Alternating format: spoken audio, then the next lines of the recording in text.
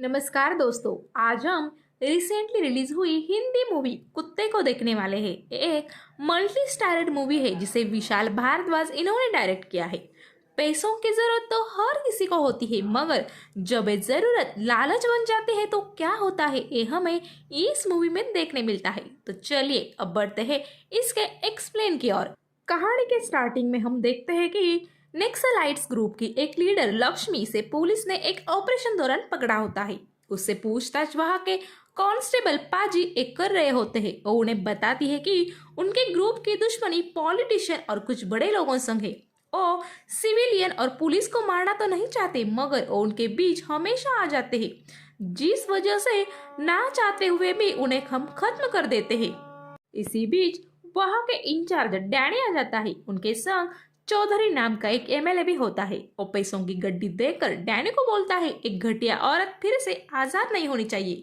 नाक में दम कर दिया था इस कमीने ने। और नोटों की गड्डी अपने ड्रॉर में रखते हुए डैनी बोलता है चलो हम दोनों मिलकर अब इसके नाक में दम कर देते हैं। जिस पर चौधरी बोलता है इसके करीब भी मेरी जाने की इच्छा नहीं है। जिसके बाद इसे अब सलाह उनके पीछे ही सड़ाना ये बोलकर वो निकल जाता है।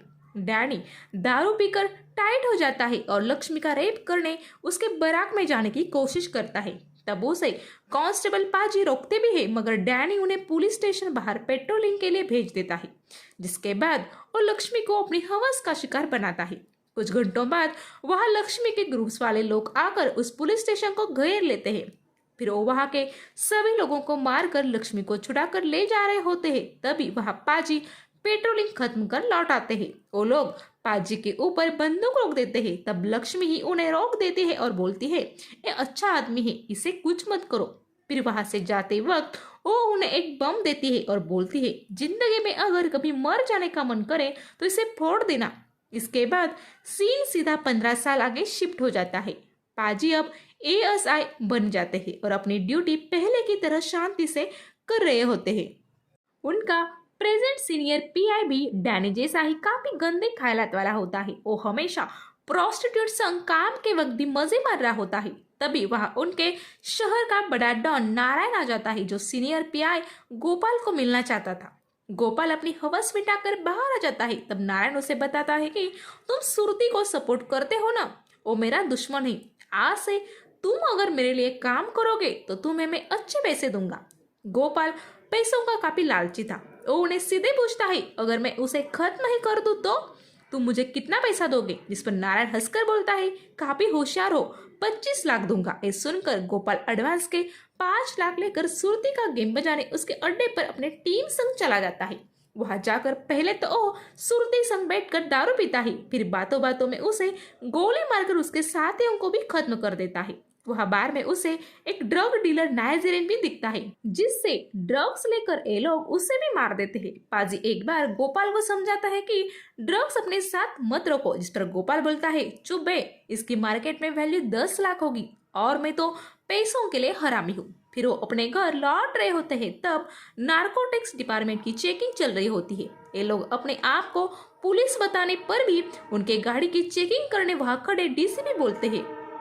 फिर उनके गाड़ी से ड्रग्स को बरामद किया जाता है। कार्रवाई होने पर उन्हें सस्पेंड किया जाता है। इसी बीच उन्हें खबर मिलती है कि सुरती मरा नहीं जिंदा है, जो सुनकर गोपाल समझ जाता है कि अगर हम पुलिस सर्विस में नहीं होंगे तो सुरती ठीक होते ही हमें मार डालेगा। इसलिए वो अपने ऊपर लगे इस कैद को कैसे दबाए ये सोचने लगते हैं। तभी पाजी को याद आता है कि उनकी सीनियर ऑफिसर पम्मी संधू अब पुलिस कमिश्नर के राइट हैंड है। वो लोग उससे मिलने जाते हैं। पम्मी काफी बिंदास किस्म की ऑफिसर होती है, जो गोलियों के सिवा कोई सीधा स्टेटमेंट नहीं करती थी। और इन लोगों की प्रॉब्लम समझकर उन्हें काम हो जाएगा, मगर 2 करोड़ लगेगा ये बोल देती है। इतनी बड़ी रकम हम कैसे अरेंज करेंगे, ऐसा जब ये दोनों बोलते हैं तब वो बताती है तुमने काम भी तो बड़े किए हैं ना, डायरेक्ट ड्रग्स में हाथ डाल दिया। वो लोग वहां से निकल ही रहे होते हैं कि तभी पम्मी से मिलने एक सस्पेंडेड पुलिस इंस्पेक्टर हैरीवा आता है।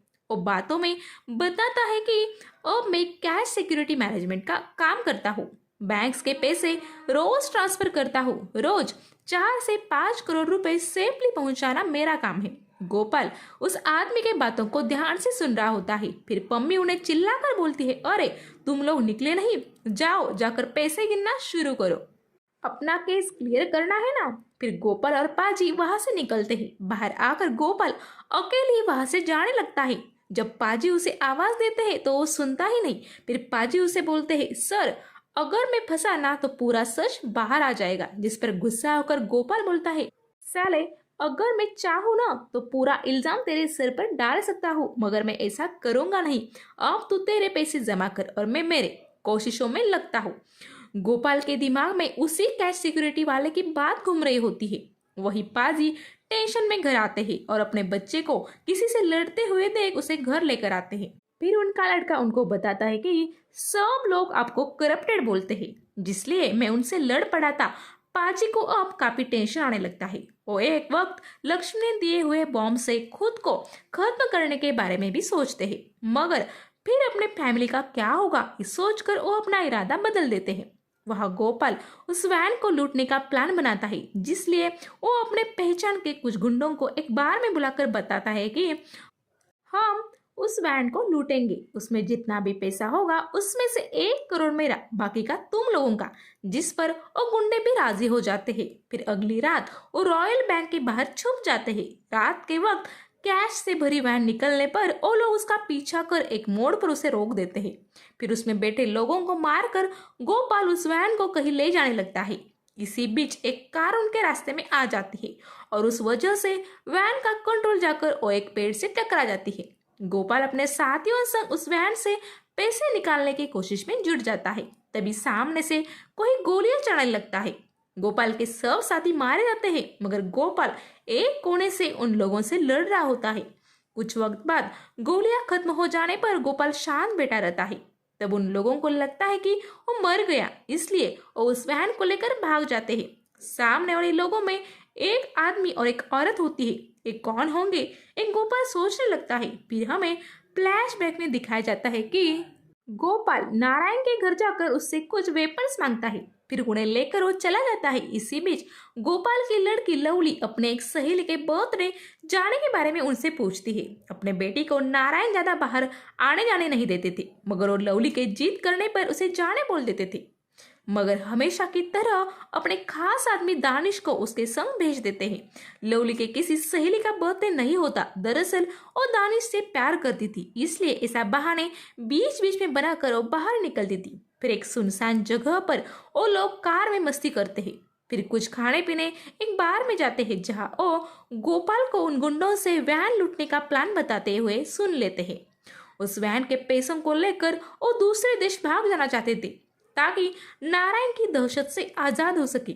इसलिए वो गोपाल का पीछा करते हैं और अब इस वैन को ले जाते हैं। अब फ्लैशबैक खत्म हो जाता है और हम देखते हैं कि दानिश और लवली ले जा रहे वैन पर कोई हमला कर देता है, जिस वजह उनका एक्सीडेंट हो जाता है। तब उनके सामने पाजी और पम्मी आ जाते हैं और उन्हें खत्म करने ही वाले होते हैं कि तभी पाजी लवली को पहचान लेते हैं और रुक जाते हैं। अब पाजी और पम्मी यहाँ कैसे आए ये जानने के लिए हमें फिर फ्लैशबैक में एक स्टोरी दिखाई जाती है कि पम्मी कुछ गुंडों को हथियार संग पकड़ लेती है, जो बताते हैं कि हम पाजी को जानते हैं, जिस वजह से वो पाजी को कॉल कर उनके बारे में पूछती है।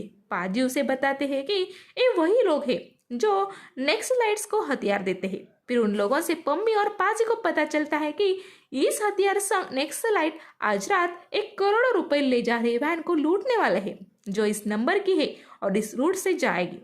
करोड़ों का नाम सुनकर पम्मी और पाजी चौंक जाते हैं।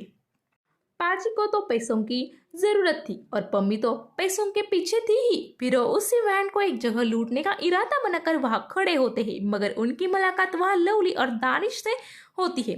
फिर फ्लैशबैक खत्म हो जाता है। उस पैसों से भरी वैन के पास अब पम्मी, पाजी, लवली और दानिश ये डिस्कस कर रहे होते हैं कि अब क्या करें। इसी बीच वहां गोपाल भी आ जाता है। फिर वो सभी एक लंबे झगड़े से भरे डिस्कशन बादे डिसाइड करते हैं कि वैन के अंदर की कैश सब लोग मिल बांट कर ले जाएंगे। इसी बीच वह लक्ष्मी अपने ग्रुप संग आ जाती है और इन लोगों पर गोलियां चलाना शुरू करती है। बचने के लिए वो सब लोग पास ही के एक पुराने कंपनी में घुस जाते हैं। अब इन लोगों के पास लड़ने के लिए हथियार कम होते हैं, वही नेक्सलाइट्स के पास काफी वेपन्स थे। एक वक्त पर गोपाल आइडिया लड़ाता है कि पाजी, आप तो लक्ष्मी को अच्छे से जानते हो, आप जाकर उसे बातों में उलझाओ, फिर हम अचानक से उनके लोगों पे हमला कर देंगे। और हम सब बच जाएंगे। प्लाजी प्लान के मुताबिक सामने जाते ही उन्हें देखकर लक्ष्मी रोकने के लिए सबको इशारा करती है। उन लोगों में बातें ही चल रही थी कि तभी गोपाल उन पर हमला बोल देता है और अचानक से वहां से गायब हो जाता है। फिर बाहर आकर और उन पैसों से भरी वैन को लेकर भाग जाता है। वह सब लोग आपस में लड़कर मर जाते हैं। फिर गोपाल उस वैन में पड़े पैसे लेकर नेपाल भाग जाता है। वहां जाकर वो मजे मारने लगता है। उसे लगता है कि वो किस तरह सबसे होशियार है। मगर इसी वक्त न्यूज में अनाउंस होता है कि ओल्ड करेंसी को आज रात से गवर्नमेंट ने बैन कर दिया है। इसके बाद गोपाल की हालत ना घर का ना घाट का ऐसी हो जाती है। और गुस्से से टीवी फोड़ देता है और इसी सीन के साथ ये मूवी खत्म हो जाती है। तो दोस्तों, आपको मेरा ये एक्सप्लेनेशन कैसा लगा ये मुझे कमेंट्स करके ज़रूर बताइए। जल्दी मिलूंगी ऐसे ही एक्सप्लेनेशन के साथ। तब तक के लिए आप सब खुश रहिए, हंसते रहिए। इसी दुआ के साथ मैं आपसे लेती हूँ विदा। Good bye.